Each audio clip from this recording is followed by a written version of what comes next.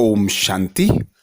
आज दिनांक 29 अप्रैल 2022 प्रातः मुरली बाप दादा मधुबन। बाबा बोले, मीठे बच्चे, कुछ भी सहन करना पड़े लेकिन इस अंतिम जन्म में पवित्र जरूर बनना है। बाप को पवित्रता की ही मदद चाहिए।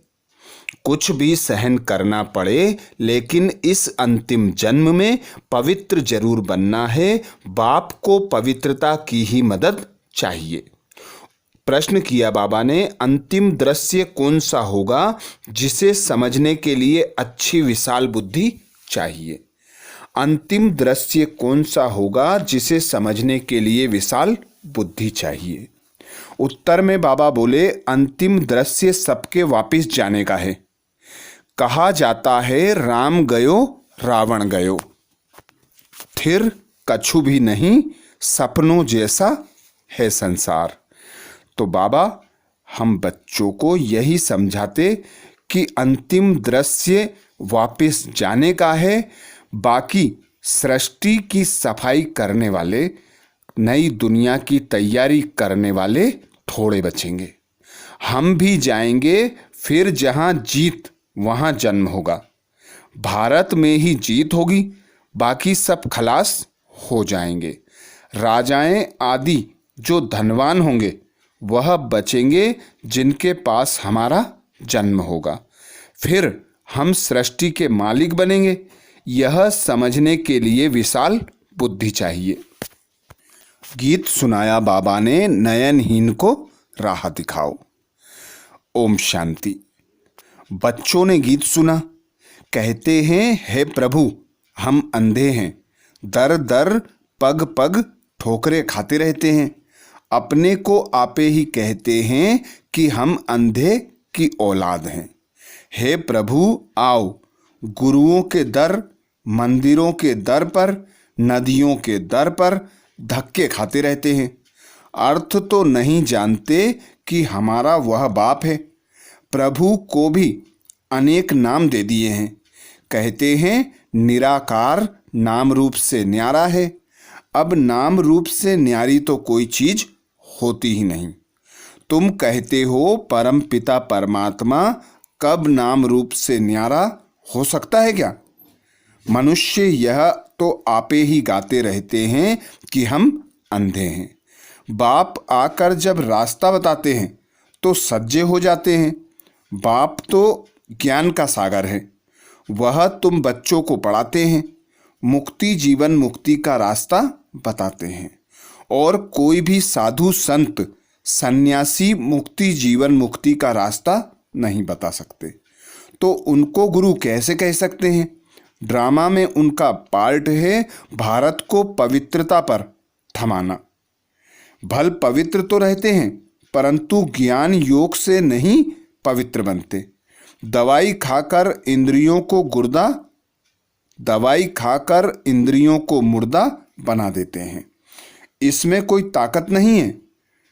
ताकत तो तब मिले जब गृहस्थ व्यवहार में रहते वह स्त्री पुरुष दोनों स्वयंवर रच शादी कर फिर पवित्र रहें। उनको कहा जाता है बाल ब्रह्मचारी युगल। यहाँ भी बाप से बल मिलता है। परम पिता परमात्मा ही आकर पवित्र मार्ग का स्थापन करते हैं। सतयुग में देवी देवता पवित्र प्रवृत्ति मार्ग वाले थे। उनको पवित्र रहते भी बच्चे थे। मनुष्य यह नहीं जानते कि परम पिता परमात्मा कैसे बेट उन्हों को ताकत देते हैं जो घर गृहस्थ में रहते भी नंगन नहीं होते। द्रौपदी ने पुकारा था कि यह दुशासन हमको नंगन करते हैं। ऐसे यहाँ भी बहुत बच्चियाँ पुकारती हैं। अब परमात्मा आकर 21 जन्मों के लिए नंगन होने से बचाते हैं। द्रौपदी कोई एक नहीं थी, तुम सब द्रौपदियाँ हो। तुम बच्चों को शिक्षा मिलती है, भल पति तुम्हें मारे पीटे परंतु तुमको सहन करना है, क्योंकि पवित्र होने बिगर तुम पवित्र दुनिया के मालिक तो बन नहीं सकती। कल्प कल्प तुम माताएं ही शिव शक्तियाँ बनी हो। जगत अम्बा सरस्वती की शेर पर सवारी दिखाते हैं। यह भी महिमा तुम्हारी है। यह है ही पतित दुनिया अथवा आसुरी दुनिया। पावन दुनिया माना ईश्वरीय दुनिया। तो राम आकर राम राज्य स्थापन करते हैं। पवित्रता फर्स्ट। काम विकार कितना बलवान है। अच्छे अच्छे मनुष्य भी कह देते हैं इम्पॉसिबल है जो कोई पवित्र रह सके। अरे सतयुग में देवी देवताएं संपूर्ण निर्विकारी थे। तुम महिमा गाते हो, आप सर्वगुण संपन्न हो, हम नीच पापी हैं। तो उनको बनाने वाला कोई तो होगा ना। बाप ने संगम युग पर आ करके सतयुग की स्थापना की है। बाप ही आकर आसुरी दुनिया को देवीय दुनिया बनाते हैं। लोग तो पतित का अर्थ भी नहीं समझते। अरे तुम पुकारते हो कि हम सब पतित हैं। हे पतित पावन आओ। भारत पवित्र था तो डबल सिरताज था। अब तुम हर एक की बायोग्राफी को भी जानते हो। अब तुम बाप के बने हो। तुमको गॉड फादर ही बुद्धि में याद आता है। वह बाप निराकार है, परम धाम में रहने वाले हैं। ऐसे बाप को बिल्कुल नहीं जानते। मनुष्य इस समय बहुत दुखी हैं। मौत का देखो कितना डर लगता है। अब बाप कहते हैं मौत सामने खड़ा है। पहले खून की नदियां बहेंगी, फिर दूध की बहेंगी। अब बाप तुमको विषय सागर से निकाल क्षीर सागर में ले जाते हैं। लक्ष्मी नारायण क्षीर सागर सतयुग में है। यहाँ तो दूध पीने के लिए भी नहीं मिलता, पाउडर मिलता है। सतयुग में कोई चीज की कमी नहीं रहती। बरोबर भारत पहले स्वर्ग था, अभी नरक है। एक दो को ढसते रहते हैं। शक्ल भी मनुष्य की है, परंतु चलन गंदी है। एक दोस्त में लड़ते झगड़ते रहते हैं। है ही पाप आत्माओं की दुनिया। तो सदाचारी कहाँ से आए। कोई ने दान पुण्य किया तो सदाचारी हो गया क्या। अभी तो सब रावण की मत पर हैं। देवताएं कितने पवित्र थे। राम राज्य और रावण राज्य किसको कहा जाता है, यह भी भारतवासी नहीं जानते। राम राज्य चाहते हैं, परंतु वह कौन स्थापन करते हैं यह नहीं जानते। इस समय मनुष्य को जो पैसा दो तो उससे पाप ही करते हैं, क्योंकि है ही पाप आत्माओं की दुनिया। अब तुमको चलना है बाप की मत पर। तुम समझते हो हम तो बाप से वर्षा लेंगे ही, लेकिन यह अंतिम जन्म पवित्र बनो। 63 जन्म तुम विकार में गए हो। अब एक जन्म पवित्रता की मदद करो तो पवित्र रहना पड़ेगा। कृष्ण गोरा था, फिर काम चिता पर बैठने से अब श्याम बने हैं। फिर ज्ञान चिता पर बैठने से गोरा स्वर्ग का मालिक बनते हैं। तुम ही देवता थे, अब असुर बन गए हो। यह चक्र है, पूज्य सो फिर पुजारी। सन्यासी कह देते आत्मा सो परमात्मा। सारा रात दिन का फर्क हो गया। ड्रामा अनुसार सबको गिरना ही है। अब तुमको गुरुओं का गुरु, पतियों का पति, बेहद का बाप मिला है, तो उनकी श्रीमत पर चलना है। परम पिता परमात्मा को तो मानते हो ना। शिव जयंती भी मनाते हैं, परंतु समझते नहीं तो शिव बाबा ने क्या आकर किया, कैसे किया।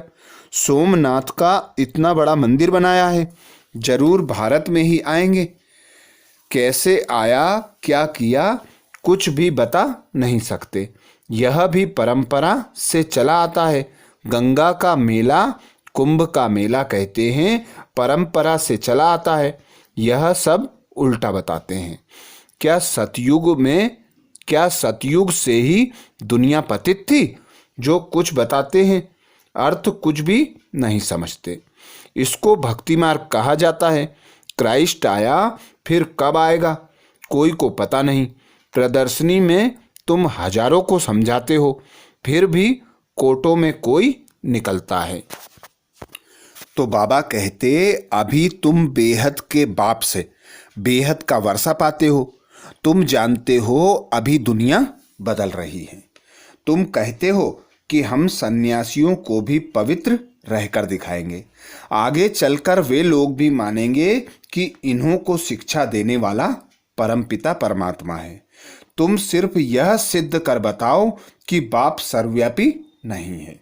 गीता श्री कृष्ण ने नहीं गाई है तो उनकी एकदम आबरू चट हो जाए। यह सब पिछाड़ी में होगा। तुम बच्चे अभी समझते हो परम पिता परमात्मा हमारा बाप है। पहले सूक्ष्म वतन में ब्रह्मा विष्णु शंकर यह रचना रचते हैं। ब्रह्मा है प्रजापिता। ब्रह्मा ही ब्राह्मण पैदा करते हैं। ब्राह्मण वर्ण है सबसे ऊंचा। शिव बाबा के मुख वंशावली ब्राह्मण, वह है कुख वंशावली। बाप की श्रीमत पर चलने से तुम पावन बनने वाले हो। देहधारियों को भूल जाना है। मेहनत है ना। अभी नाटक पूरा होता है। जो भी एक्टर्स हैं सब चले जाएंगे, बाकी थोड़े रहेंगे। राम गयो रावण गयो, थिर कछु भी नाही, सपनों का संसार। बाकी बचेंगे कौन? दोनों तरफ के थोड़े थोड़े ही बचेंगे, बाकी सब वापिस चले जाएंगे। फिर मकान आदि बनाने वाले, सफाई करने वाले भी बचते हैं। समय चाहिए ना। हम भी चले जाएंगे, तुमको राजाई में जन्म मिलेगा। वो फिर सफाई करते हैं। बाबा ने कहा है जहाँ जीत वहाँ जन्म। भारत में ही जीत होगी, बाकी वह सब खलास हो जाएंगे। राजाएं आदि जो धनवान होंगे वह बचेंगे, जिनके पास तुम जन्म लेंगे। सारी सृष्टि का फिर तुमको मालिक बनना है। ऐसे भी नहीं यहाँ का धन दौलत कोई तुमको वहाँ काम में आएगा। यहाँ की मिल्कियत तो बर्थ नॉट ए पेनी है। वहाँ सब कुछ नया बन जाएगा। हीरे जवाहरातों की खानियाँ भरपूर हो जाएंगी। नहीं तो महल कहाँ से बनेंगे? कितनी बुद्धि चाहिए समझने की। तो बाबा कहते तुम बच्चे अभी डबल अहिंसक बनते हो। तुम जानते हो कि हम कोई भी हिंसा कर नहीं सकते। यह तो डबल हिंसा है। सतयुग में हिंसा होती ही नहीं। यहाँ उनको ही स्वर्ग कहा जाता है। बाप कहते हैं तुम समझते हो ना, यह ज्ञान साहूकारों के लिए मुश्किल है। बाबा है गरीब निवाज, शिव बाबा तो दाता है। यह मकान आदि सब तुम्हारे लिए ही हैं। विश्व का मालिक तुमको ही बनाता हूँ, तो फिर मैं नए मकान में क्यों बैठूं? यह बाबा कहे हम तो नहीं बैठेंगे। बाबा कहते हैं मैं नहीं बैठता तो तुम कैसे बैठेंगे? शिव बाबा कहते हैं मैं अभोक्ता असोचता हूँ। अभोक्ता असोचता का अर्थ क्या है यह भी तुम जानते हो। अच्छा, मीठे मीठे सिकिलदेह बच्चों प्रति माता पिता बाप दादा का याद प्यार और गुड मॉर्निंग। रूहानी बाप की रूहानी बच्चों को नमस्ते। हम सब रूहानी बच्चों की रूहानी बाप दादा को याद प्यार गुड मॉर्निंग और नमस्ते। धारणा के लिए मुख्य सार में बाबा बोले पहली पॉइंट, अब नाटक पूरा हो रहा है, वापिस घर चलना है, इसलिए पावन जरूर बनना है। कोई भी देहधारी को याद नहीं करना है। अब नाटक पूरा हो रहा है, वापिस घर चलना है, इसलिए पावन जरूर बनना है। कोई भी देहधारी को याद नहीं करना है। दूसरा पॉइंट बाबा बोले बाप से बल लेकर इस अंतिम जन्म में स्त्री पुरुष साथ रहते भी पवित्र बनकर दिखाना है।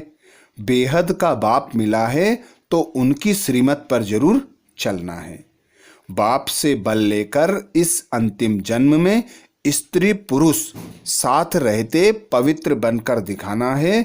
बेहद का बाप मिला है तो उनकी श्रीमत पर जरूर चलना है। वरदान दिया बाबा ने। वरदान में बाबा बोले अपने देवताई संस्कारों को इमर्ज कर दिव्यता का अनुभव करने वाले व्यर्थ से इनोसेंट अविद्या स्वरूप भव। अपने देवताई संस्कारों को इमर्ज कर दिव्यता का अनुभव करने वाले व्यर्थ से इनोसेंट अविद्या स्वरूप भाव। डिटेल में बाबा बोले, जब आप बच्चे अपने सतयुगी राज्य में थे तो व्यर्थ व माया से इनोसेंट थे, इसलिए देवताओं को सेंट व महान आत्मा कहते हैं। तो अपने वही संस्कार इमर्ज कर व्यर्थ के अविद्या स्वरूप बनो। समय, श्वास, बोल, कर्म सब में व्यर्थ की अविद्या अर्थात इनोसेंट। जब व्यर्थ की अविद्या होगी तब दिव्यता स्वरूप और सहज अनुभव होगी। इसलिए यह नहीं सोचो कि पुरुषार्थ तो कर रहे हैं, लेकिन पुरुष बन इस रथ द्वारा कार्य कराओ। एक बार की गलती दोबारा रिपीट ना हो। स्लोगन में बाबा बोले, रूहानी गुलाब वह है जो कांटों के बीच में रहते भी न्यारे और प्यारे रहते हैं। रूहानी गुलाब वह है जो कांटों के बीच में रहते भी न्यारे और प्यारे रहते हैं। बाबा ने आज मातेश्वरी जी के महावाक्य रखे। मातेश्वरी जी बोली, कई मनुष्य प्रश्न पूछते हैं कि क्या सबूत है कि हम आत्मा हैं। अब इस पर समझाया जाता है, जब हम कहते हैं अहम आत्मा उस परमात्मा की संतान है, अब यह है अपने आप से पूछने की बात। हम जो सारा दिन में मैं कहता रहता हूँ वो कौन सी पावर है, और फिर जिसको हम याद करते हैं वो हमारा कौन है। जब कोई को याद किया जाता है तो जरूर हम आत्माओं को उन्हों द्वारा कुछ चाहिए। हर समय उनकी याद रहने से ही हमको उस द्वारा प्राप्ति होगी। देखो, मनुष्य जो कुछ करता है जरूर मन में कोई ना कोई शुभ इच्छा अवश्य रहती है। कोई को सुख की, कोई को शांति की इच्छा है, तो जरूर जब इच्छा उत्पन्न होती है तो अवश्य कोई लेने वाला है, और जिस द्वारा वो इच्छा पूर्ण होती है वो अवश्य कोई देने वाला है। तभी तो उनको याद किया जाता है। अब इस राज को पूर्ण रीति समझना है। अब इस राज को पूर्ण रीति समझना है। वह कौन है? यह बोलने वाली शक्ति मैं स्वयं आत्मा हूँ, जिसका आकार ज्योति बिंदु मिसल है। जब मनुष्य स्थूल शरीर छोड़ता है तो वो निकल जाती है। भल इन आँखों से दिखाई नहीं पड़ती। अब इससे सिद्ध है कि उसका स्थूल आकार नहीं है, परंतु मनुष्य महसूस अवश्य करते हैं कि आत्मा निकल गई। तो हम उनको आत्मा ही कहेंगे। जो आत्मा ज्योति स्वरूप है, तो अवश्य उस आत्मा को पैदा करने वाला परमात्मा भी उसके ही रूप मुआफिक होगा। जो जैसा होगा उसकी पैदाइश भी वैसी होगी। फिर हम आत्माएं उस परमात्मा को क्यों कहते हैं कि वो हम सर्व आत्माओं से परम है? क्योंकि उसके ऊपर कोई भी माया का लेप छेप नहीं है। बाकी हम आत्माओं के ऊपर माया का लेप छेप अवश्य लगता है, क्योंकि हम जन्म मरण के चक्र में आती हैं। अब यह है आत्मा और परमात्मा में फर्क। अच्छा, ये थे बाबा के और मातेश्वरी जी के महावाक्य। ओम शांति।